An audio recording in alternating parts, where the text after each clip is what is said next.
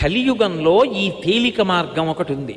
ప్రజలు త్రికరణ శుద్ధిగా సంకల్పం చేస్తే వాళ్ళకి పుణ్యం కూడా వస్తుంది. చెయ్యవలసిన అవసరం లేకుండానే పుణ్యం ఇస్తుంది కలియుగం. ఏదైనా పాపకార్యాన్ని చేస్తే ఫలితం ఇస్తుంది. చేయకుండా ఊరుకున్నాడు అనుకోండి, చేద్దాం అనుకున్నాడు కానీ చేయలేదు, దానికి ఫలితం ఉండదు.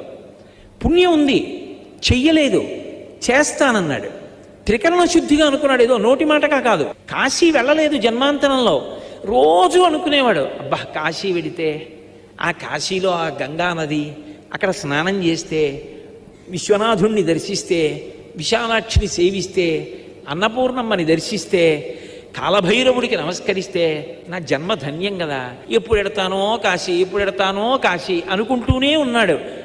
వాడు అలా బాధపడి త్రికరణ శుద్ధిగా కాశీ పట్టణానికి వెళ్ళాలని అనుకున్నప్పుడల్లా వాడు కాశీ